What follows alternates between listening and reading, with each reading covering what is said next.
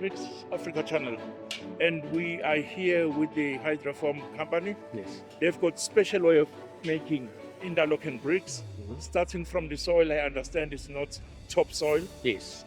Can you explain what came up with that idea? How did the idea of the Hydraform come? Basically, if you take the old mud houses that we used to build, Yeah. so we used to build using mud back in the days, but what we didn't have was the mixture of cement. So we're using laterite soil that we've got available, and we just used to make normal mud houses. So what Hydraform has done is taken that same concept, we take laterite soil, and we mix it with 10% cement, so that you can get a durable block.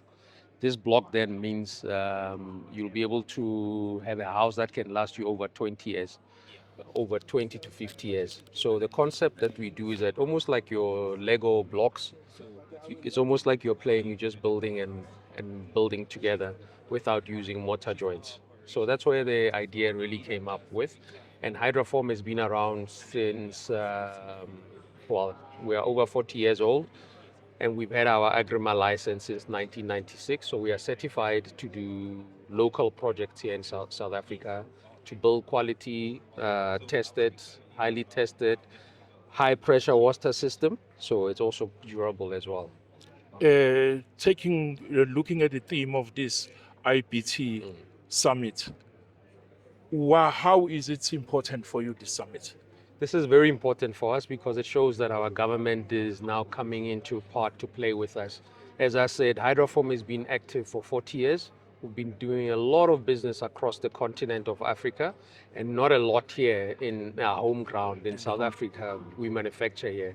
So for us, this is very much welcome because our government is also recognizing the importance of innovation technologies to build faster, to build quality.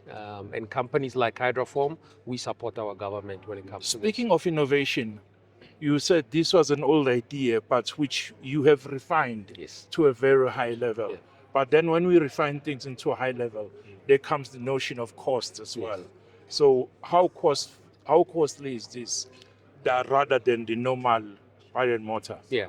So if you take the whole construction project elements that you get involved, you realize that you have to buy bricks, you have to buy cement, you have to buy skilled labor to do construction, you have to have a project manager, and those are high costs. With Hydraform, you take one of our technologies, you put it on site, you get the laterite soil right there on the ground, you eliminate the transport factor. You don't have to have a highly skilled bricklayer. We take the community members, youth, women that are trained into the project, and they do the construction. There's another savings. Generally, most of our customers say they're saving between 30% and 45% compared to the conventional methods of building when they're using Hydraform.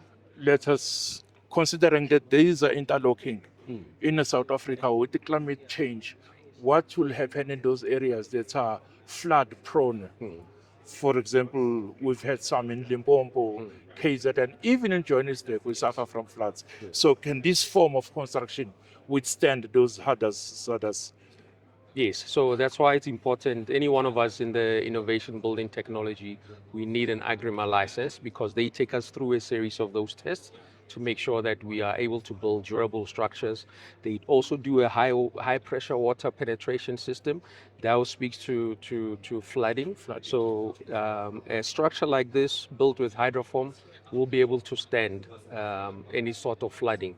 Of course, just like any normal housing, the windows will seep water through, but the walls would stand. So that will still remain. And that's why it's important that we speak about Agrima when we're doing construction. And also, when we're doing our blocks, there's a process of making sure we cure them properly.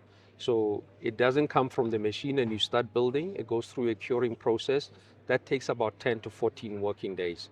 Then it allows for the bricks to settle properly so that you get a strong block that you can use to have a quality building. You are a private company, and you've mentioned lots of times collaboration between government and this thing, which we usually call PPP. How important is that for the industry as a whole, or for providing human settlement in South Africa? PPP are most welcome in I think in our industry. We need those. We've only so far we've done a project with the Department of Human Settlements in Eastern Cape, where we reallocated the local community. Now, if we can fast track those into a PPP and get such projects involved and working together, private sector and government, then we will fast track and alleviate the housing shortage in the country. In regard that this is an innovative form of building versus the classical, archaic form of building, what are in the regulatory distinct? What regulations would you like to see them go, and which regulations would you like to see them come in? So with this, you need an Agrima license. Yes. That if you're a private company, nowadays can take you quite long to get that license because there's a series of tests that you need to pass. So that delays then getting a private company to start. So that session could be processed a lot quicker because you can't skip it, but they could do it a lot quicker. For example, we register a different size of blocks. It can take us 1 year at the moment, and we are established. But a newcomer coming through into innovative building technology can take almost 3 years. That's delays. So that for us, that regulations needs to speed up from there. But we're hoping as Hydraform with the interaction with the IBT Summit such as this, we're going to work on such policies and regulations to speed up the process.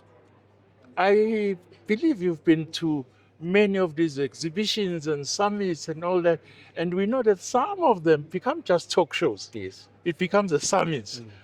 What would you like to see in place so that the IBT Summit doesn't end up being a talk show? Yeah, a very important question. We'd like to see partners like Agrima, the NHBRC coming to the table, that we all engage together and formulate the plan. In recent interactions with the NHBRC and Agrima, we invited all the technical engineers teams to accredit all our technologies. They were happy with it.